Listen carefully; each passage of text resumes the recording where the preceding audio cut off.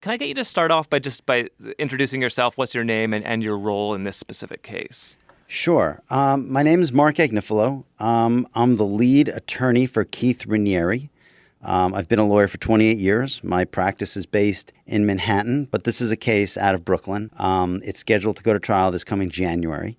Can I ask you why you agreed to do this interview? I just thought that it's very easy in matters like this to have everyone talking about one viewpoint and not another viewpoint. I mean, I think that, the government's viewpoint is very clear. I think it's errant, and I think it's not the whole picture, but it's very clear that this is essentially, a sex cult and that there's sex trafficking. And my concern in matters like this is that there is another viewpoint.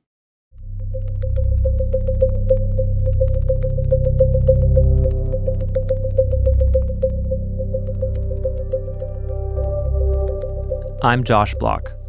This is Escaping NXIVM from CBC Podcasts Uncover. Chapter 6, The Defense.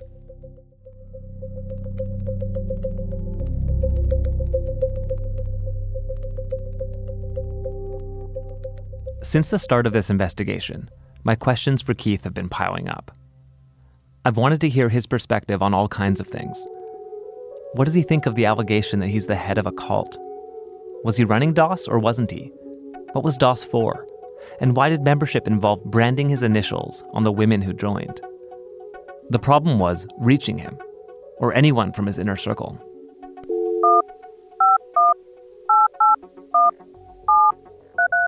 My producer Anita tried to contact Keith. The mailbox is full and cannot accept any messages at this time. Goodbye. The voicemail on his personal cell phone didn't take messages. Emails were never answered. She tried Allison Mack. Hey, this is Allison's cell phone. Leave a message and I'll get back to you as soon as I can. Have a beautiful day. Nancy and Lauren Salzman. If you need to get a hold of me in a hurry, the best way is to send a text. Or Sarah and Claire Bronfman, and others close to Keith.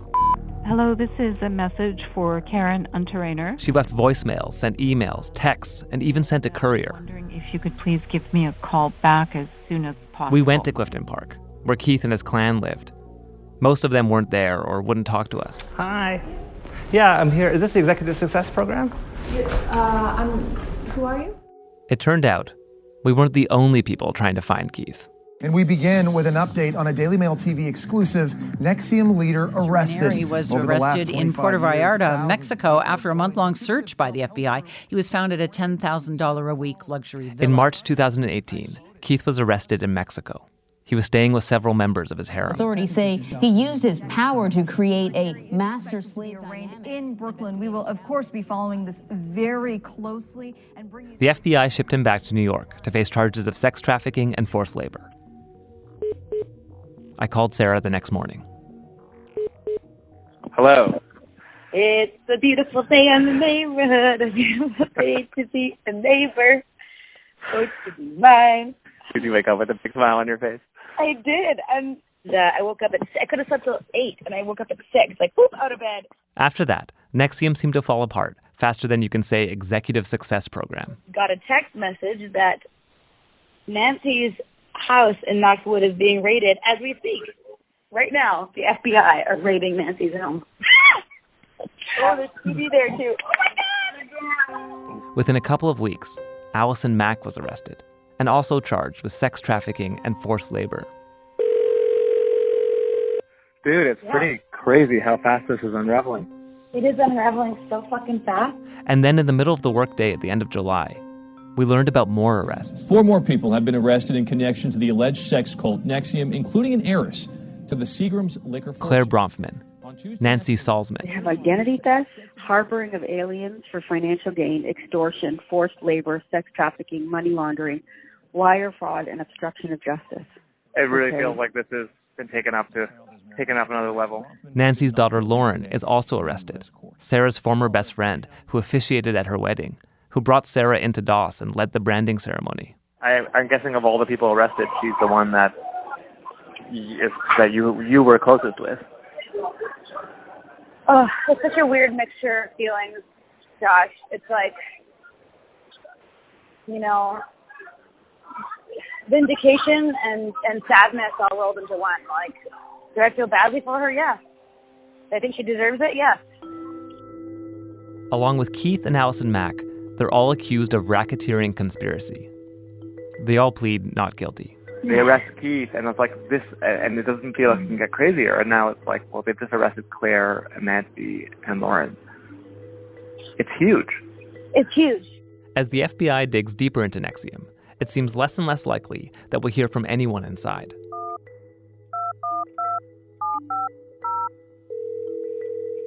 Afternoon, Freshman and Associates. How can I help you? Hi, I'd like to speak with Marc Agnifilo, please. But then, Anita gets through to Keith's lawyer, Marc Agnifilo. I haven't let Keith speak to anybody. I'm happy to speak to you on Keith's behalf as his lawyer, and I can, I can speak to you fairly openly. I can't imagine that you'd ask me a question that I wouldn't answer or that I couldn't answer. Okay. I think. All right. I'm trying to think if I could think of a question that I wouldn't answer. I mean, I don't know. He speaks to me at the beginning of August from our studio in Manhattan. Can you tell me about what was the last time that you saw Keith? I saw Keith on Friday. I'm probably seeing him again later today. I see him about 4 times a week. He's in a maximum security facility in Brooklyn called the Metropolitan Detention Center, which is essentially a pretrial facility for the most part. It's where people wait until they have their trial. But these pretrial facilities are all maximum security facilities, and that's what this prison is. So it's very harsh detention conditions. He doesn't go outside. And I think it's important for him to just kind of keep his mind sharp, and also for me as his lawyer to learn as much about the case as I can. I saw him Friday, and I'm seeing him again this afternoon. And how would you describe his state of mind right now?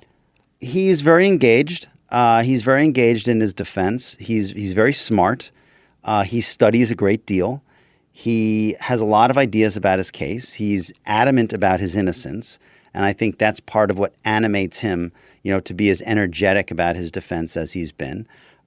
He's like a font of ideas. I mean, I would love to spend more time with him, but I have other things I need to do on his case. So I try to keep my visits to 2 or 3 hours, which seems like a lot of time, but it never seems to be enough time with him. We're always in the middle of a sentence, and he's in the middle of this list of things that he wants to tell me about. And I'm like, listen, Keith, I have to go. There are other things on your case I have to go and do.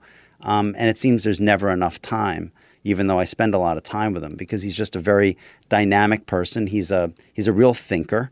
Well, he in fact claims to be one of the smartest men in the world. I wondered, did you find that? It's funny. I defended Martin Shkreli. I don't know if he ever kind of got up to Canada, but he was the so-called farmer bro guy, and he was a very smart guy too. So this is probably my 10th client who is the smartest man in the world. Right. And so, he's smart. He's up there. He's a perennial smart guy. Smartest in the world? I don't know. There's a lot of smart guys in the world. I don't know that I'm one of them, but I've certainly met a lot. It strikes me that his incarceration, I guess for anyone to be incarcerated, is radically different than where you have last come from. What's your impression of how he is handling this shift from the life he was living for so many years to now being incarcerated and confined? Yeah, it's a good question. I mean, I think especially with Keith. Keith would walk 15 to 20 miles a day when he was living in Clifton Park. In the woods, through the, down hiking trails and on the streets. And so it's very different. One of the things that's sort of amazing is he's found a way to continue to walk 15 to 20 miles a day. And what he's done is he's sort of paced out a circle. And by using geometry, and I'm not saying this makes him the smartest man in the world, but he doesn't know how to do geometry, he was able to determine the circumference of the circle, and he's able to walk 15 or 20 miles a day around a fairly small circle. So, yeah, life has changed. Once he was walking through the woods and on hiking paths and in these beautiful, natural environments, and now he's walking literally in a circle in a maximum security facility. Well, so the FBI describes NXIVM as a criminal enterprise, and it says that Keith and other NXIVM leaders have used the self-help program to coerce people and to manipulate them in order to enrich themselves. And I wonder, that is what the FBI says. So I wonder what your response is to that. I don't think that's true. And I don't think that will be proven true at a trial. I think the government's position is a tricky one, and I'll tell you why. Because everyone here is not only an adult, they're well-to-do adults. They're adults that, for the most part, are educated. They're smart. They have financial opportunity.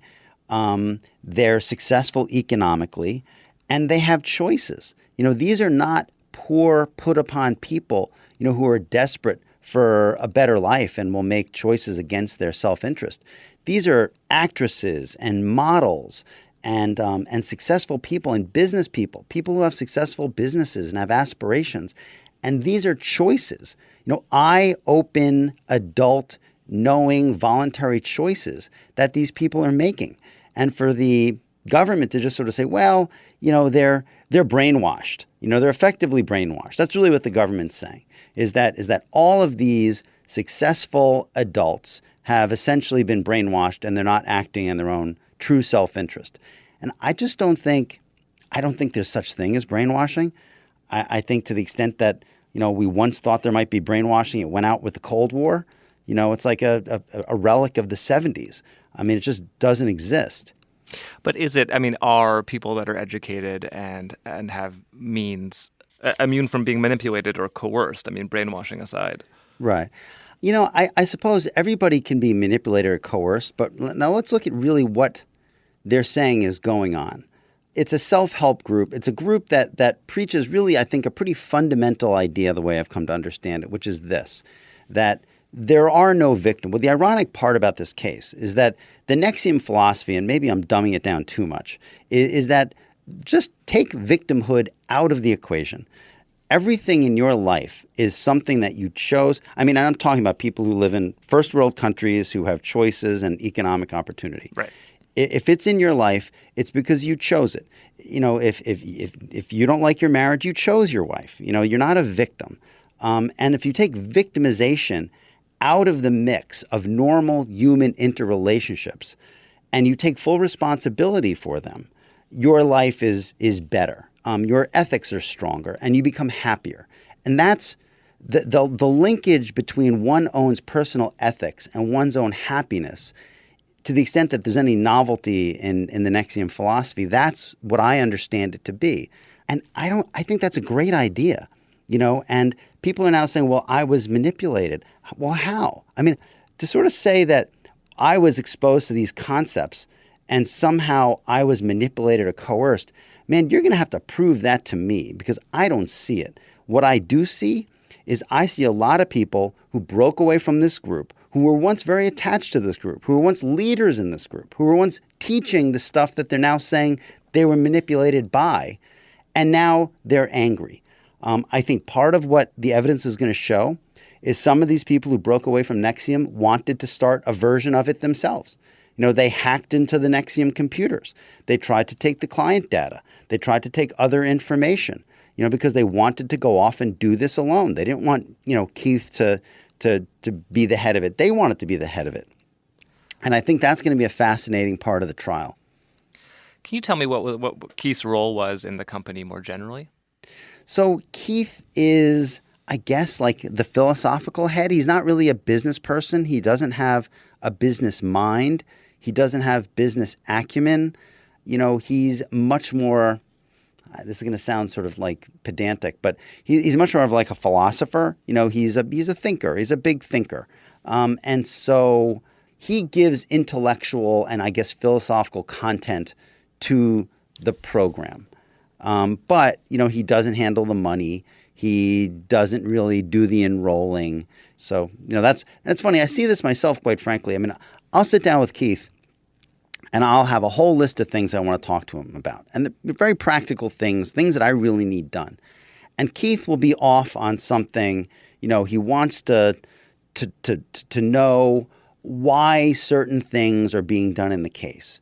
And in a sense, he really doesn't have an appreciation for the fact that his lawyer is there to talk about these immediate, practical, sort of pedantic things.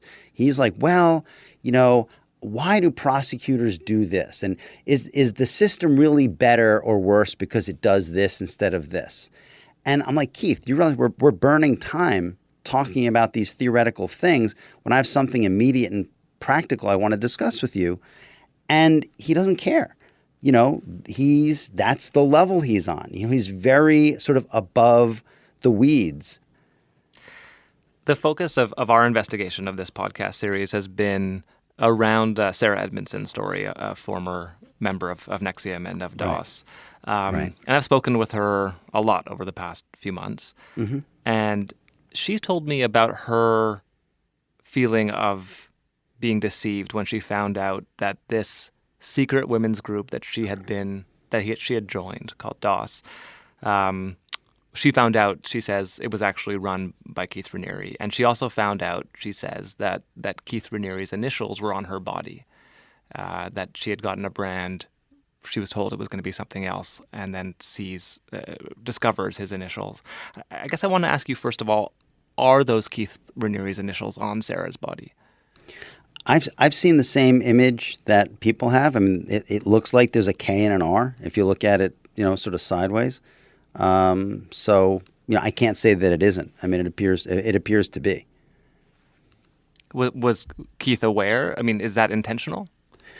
I don't know that it was intentional. I think at some point, I think he did become aware. And I think that it was like sort of an acknowledgement that Keith's philosophy sort of inspired DOS. But Keith is not the leader of DOS. DOS doesn't really have a leader, in that sense. It's not a corporate structure that way.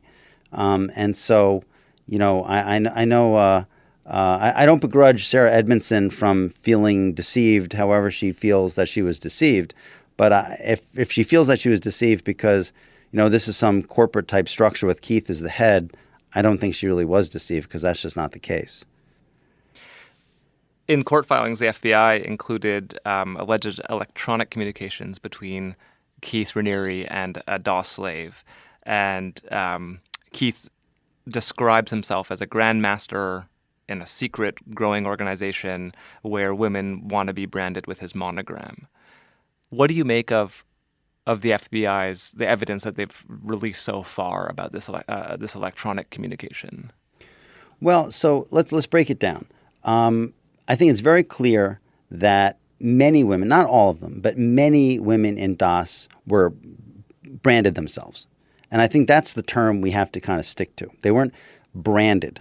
They branded themselves. They knew it was going to end. It happened with Sarah Edmondson. I mean, I read something where Sarah Edmondson said she didn't know she was going to be branded. I don't think she can maintain that account. She knew she was going to be branded. They all knew they were going to be branded. So everyone was branded voluntarily, knowingly, with their eyes open, knowing precisely what was going to happen. To the extent that anyone didn't know they were being branded with what seems to be Keith Raniere's initials, that seems to be a different story. And if that's the nature of the problem, I welcome that problem. That I knew I was going to be branded. I wanted to be branded. I planned to being branded, but I didn't know that it was going to be Keith Raniere's initials. I'm not quite sure how that turns into a felony. I mean, it's just not. And I think what's a great irony, and I think really where sort of the rubber meets the road in this entire case, is I think the government's position has elements of sexism in it. There are men in the United States who join fraternities and get branded. A lot of them are athletes. We see these tremendous brands on their, muscular arms when they're during football games and during other sporting activities. And we don't think anything of the fact that big, strong, athletic men brand themselves. Also, men join secret groups. The Masons are a secret group. There are scores of secret groups from Harvard and Yale and all these, elevated educational institutions. But it's men, so we don't think anything of it. Women want to be in a secret group and want to be branded, and all of a sudden we're very quick to say, oh, poor dears, they must be victims. Because no right-thinking, free-willed woman would ever want that for herself, and I think that's sexist. And I think the government is playing into a sexist agenda. Men do these things, we call them Marines. Women do these things, we call them victims. And I think that's offensive. I take your point about the desire of women to get branded, and if that's consensual, no big deal. But the FBI, the electronic communications that they included in their indictment from Keith to a DOS slave said that he claimed to be, in the email, it said he claimed to be a grandmaster and he was part of this secret growing organization. So in fact, their claim is that this wasn't a women's only group. It wasn't about women's self-empowerment. He's sitting at the top of it. Like, what's the response to this communication of Keith actually claiming to be running this thing? He's not. I mean, the fact is, he's not doing anything to run it. I mean, the women are running it. The women are doing the brands the way they want to do the brands. Keith never told anybody what to do. Keith never told Sarah Edmondson what to do. Keith never told anybody in DOS what to do. And I've spoken to about a dozen women in DOS, and they've each told me it's the greatest thing they ever did. It's the one thing that they felt gave their life greater content and greater happiness, gave them greater happiness and greater meaning. And what I'm sort of insulted by is that the federal government would come in and basically take this and say, no, you're actually a victim. You think this is good for you. You think you were happy. You think this gave you greater content, but we know better because, after all, we're the United States government, and we've been knowing better for 220 years, and that's off limits to you, and we're not going to let you do it. Nonsense. One of the requirements of the women to join DOS was to hand over collateral, nude photos, videos, false confessions. How much of that collateral did Keith see, or how much of it went to Keith? I believe some of it went to Keith. I think most of it was retained by the woman master who brought the person in, and so I think for the most part, Keith did not see the vast majority of it. But collateral is a very common principle in NXIVM. I mean, I was talking to a gentleman last week who was a little. Not fat, but he was a little on the heavy side. And his personal goal is he wanted to lose weight. And he was a musician. He was a guitar player. And he said, I'm going to lose this amount of weight, and if I don't lose it, I'm going to give you my guitar. That was his version of collateral, and it's a way of putting something behind a promise. And the whole kind of concept of, behind NXIVM is promises matter. It's not just words. And I think we all fall into that. I promise I'm going to stop smoking. I promise I'm going to take better care. I'm going to lose weight. I'm going to be a better father. I'm going to be a better husband. Whatever these promises are, and we break them. And we break them because we're human and we're weak. And what NXIVM tries to say is, no. If you made a promise, actually do the things you need to do to keep it. Because that's how you're going to get self-esteem, and that's how you're going to be happier. But I've heard from Sarah and seen in the FBI indictment that some women in DOS did say they feared that their collateral would be released if they didn't want to be a part of the organization anymore or didn't want to abide by certain instructions that were given to them. Isn't that legally problematic to hold someone's collateral against them, even if they've voluntarily given it over initially? I don't think it's extortion. And first of all, I think it's important to know, I mean, no collateral is ever released, ever. Not one time. Women left DOS, women didn't keep the DOS secrets, and no collateral was ever released, and the government doesn't allege otherwise, and I don't think any member of DOS alleges otherwise. To your point of whether it's problematic, it's a little edgy. I mean, I will give you that, and that's true. It's a little edgy. But I think it's there for a reason. The women of DOS wanted that to be part of the equation, and they saw meaning in that. And I think that they have the right to see meaning of that, and if it was a way of cementing the commitment, I'm in DOS for life. DOS views this as a lifetime commitment. I am your sisters for life. That is my commitment. And I'm backing it up with collateral. That could be released if I stop being your sisters for life or if I divulge the secrets of DOS. It's a little edgy, but, that's what they wanted. Who did create DOS?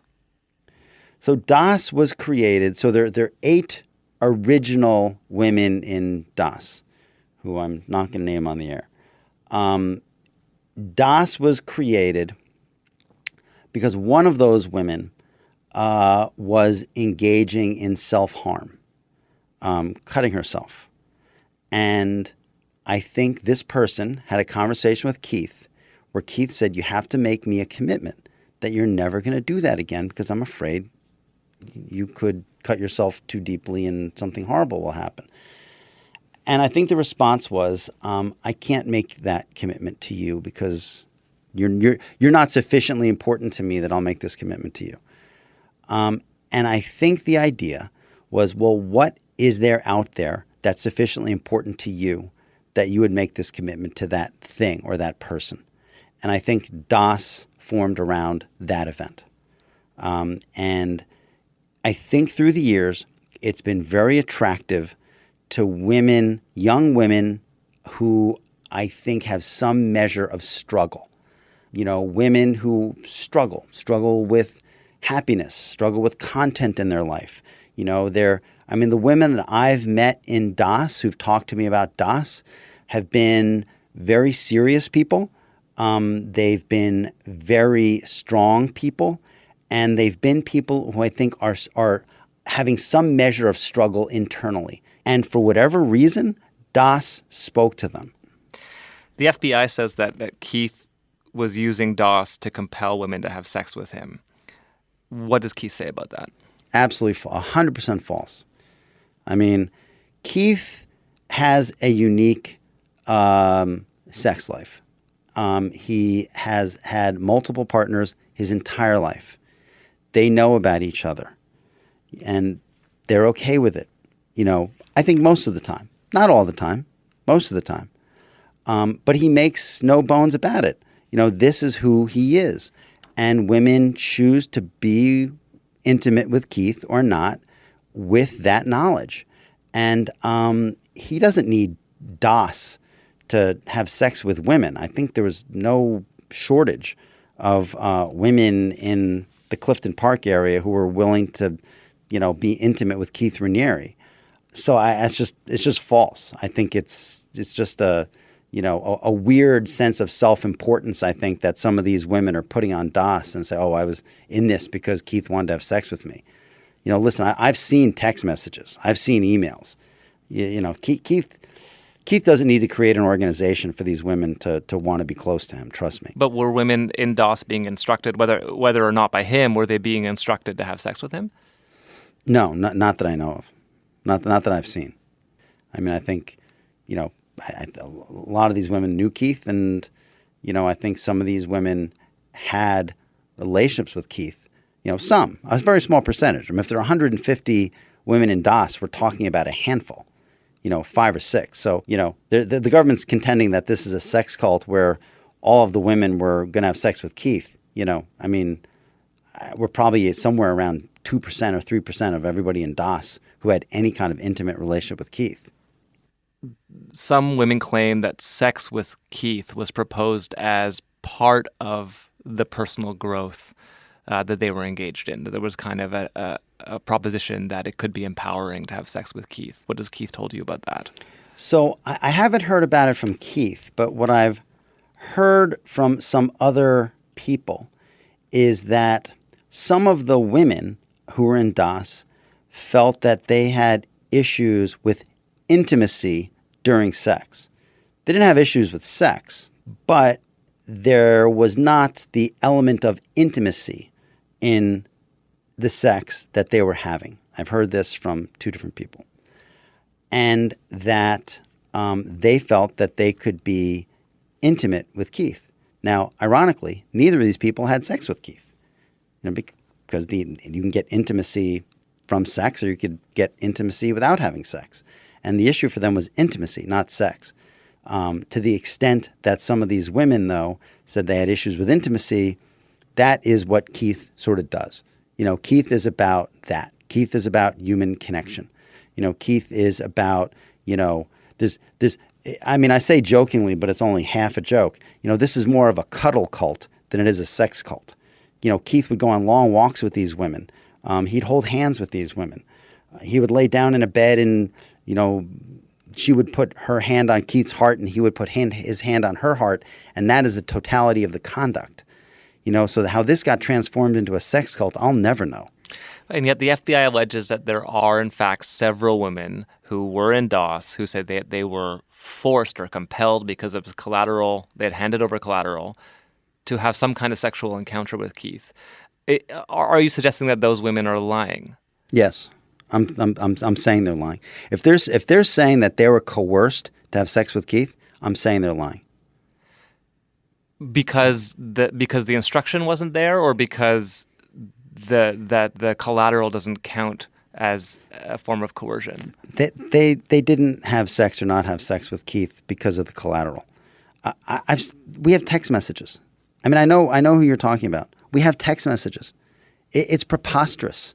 These women wanted to be with Keith. There's no talk in the text message about collateral. We have pages and pages and pages of text messages. What do they say? What do the text messages say? They basically are two people in a very, close, consensual, open relationship. I mean, it's the way a boyfriend and a girlfriend would talk if they had a good relationship and were dating for 6 months. It's just like that. So is DOS still running? The people that you talk to that speak positively of DOS, about DOS, is it still operating? Yeah. Oh, yeah. And what's your sense? Do you have a sense of how big it is? I don't anymore. I mean, I think everything's sort of like a little slower and a little sort of frozen. But the people that I've spoken to in DOS are said, no, I'm in DOS for my life. It's a lifetime commitment that I take very seriously. And I think the reason the lifetime commitment is important is the idea that if you need to speak to one of your DOS sisters, they are there. They have not backed out. You can count on them forever. And in a time when I think people are worried about forever, things change. Everything changes. We live in a society that changes rapidly. I think the forever concept really is important. That is money in the bank to you. And that goes a long way. And I think what the women in DOS are grieving is that the government has come in and is trying to ruin. I mean, a force no less powerful than the United States Department of Justice is coming in and trying to tear apart those friendships. What do you think is at stake in this case? The government wants to give Keith Raniere life in prison. Life in prison. They want life. That's what they think a fair resolution of this case would be, that he would get life in prison for this. And so for Keith, everything. I mean, his very livelihood, his life is at stake. People have been calling Sarah Edmondson a victim and a whistleblower and a hero around this case. And I wondered how you would describe her. I've never met her, so I'm not going to use labels. I think heroes, there aren't that many heroes in the world that we can point to. I think it's great if she considers herself one. But I think at the end of the day, she was a very important member of this organization. She was a very important member of DOS. She was an enthusiastic member of DOS. Many, many people will say that. And her life went in a different direction, and I wish her well in her new life. I mean, people, so the betrayal that sort of like Sarah describes is described by people of Sarah. She was my friend. We were close. We shared these things. We did all these things together. We had these deep conversations together. How dare she say these things now? It's not true. And she's saying them to be hurtful. And she was my friend. So it kind of goes both ways for whatever that's worth. So you mean people that are still part of DOS are still feel betrayed by her? 100%. And why? Because from their perception, she's intentionally saying false things to hurt them that they believe she knows is false. Do they have a guess at why she would do that? They have theories, yeah. But they're personal. That has to do with her marriage that I'm not going to get into because it's not my place. Very private, personal perceptions. I mean, these are people who know her and know Nippy. I mean, and know them both. And, the way that relationships demise, people have perceptions as to what happened. And people have perceptions about Sarah and her husband. Is this going to come out in the trial? If she testifies, yeah. And I expect she will. Can I ask you who is paying your bills? Sure. There's a defense fund. I've said this in court. It's an irrevocable trust, and the trust is paying, you can't see my quotation marks, reasonable defense expenses. The trust is set up by who? There's a trustee. There's a trustee who's a lawyer in Manhattan. And I don't have visibility. I don't have visibility. Listen, if you put a gun to my head, who do I think has put a lot of the money into the trust? We all know who the answer might be. But do I know? I have no visibility into that whatsoever. You're talking about Claire the Bronfmans. You are. But I there could be others too. I think there are multiple participants. I don't know if anyone is participating, to that extent. But honestly, I have no inside knowledge whatsoever. I know there's a trustee. We submit bills, and hopefully the trustee will continue paying the bills, or else I'll do this pro bono and probably get fired.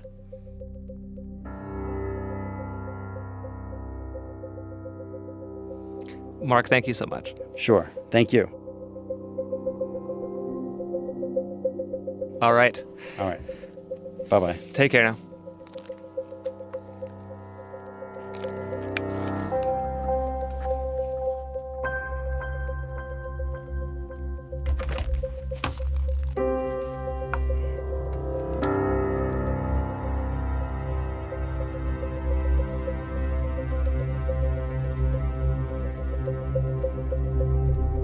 Next time, on the final chapter of Escaping NXIVM.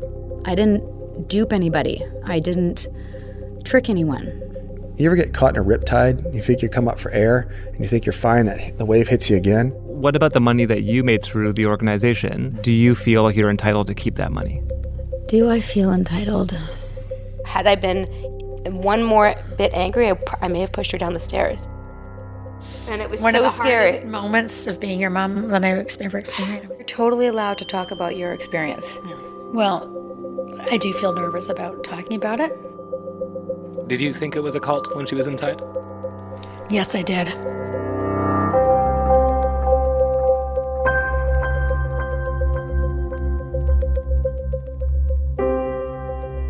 Escaping NXIVM is produced and written by Kathleen Goldhar, Anita Elash, me, Josh Block, and Mika Anderson, who is also our audio producer.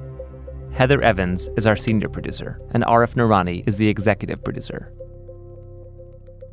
If you want to discuss this story with others and get the latest updates, become part of our online community by joining the Uncover Escaping NXIVM Facebook group or following us on Twitter at UncoverCBC.